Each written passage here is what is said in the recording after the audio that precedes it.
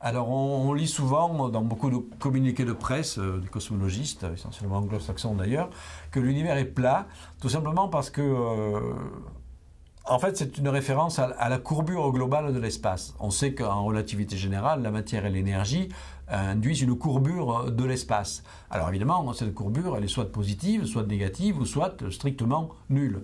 Le cas nul était un cas extrêmement particulier, évidemment, par rapport au cas de courbure positive ou de courbure négative. Alors les mesures actuelles sur la courbure de l'univers, qui sont des mesures extrêmement délicates et difficiles, montrent que l'univers a peut-être une courbure, mais cette courbure est très faible. Alors il y a un intervalle d'erreur, comme toute mesure, il n'y a jamais une précision infinie, il y a une petite barre d'erreur, une fourchette d'erreur, mais qui encadre exactement la valeur de courbure nulle. Mais ça ne veut pas dire que l'univers est plat. Il est presque. Alors plat, déjà, c'est un mauvais terme parce que plat, c'est un truc à deux dimensions. L'univers, il est tridimensionnel. Voilà. Donc c'est l'idée qu'en fait la courbure tridimensionnelle serait nulle. On retomberait sur le cas de l'espace ordinaire, dit l'espace euclidien. Voilà. Mais je répète, ce n'est qu'une des mesures avec une barre d'erreur. Le cas particulier de la courbure strictement nulle, de l'univers plat, est au milieu de la barre d'erreur.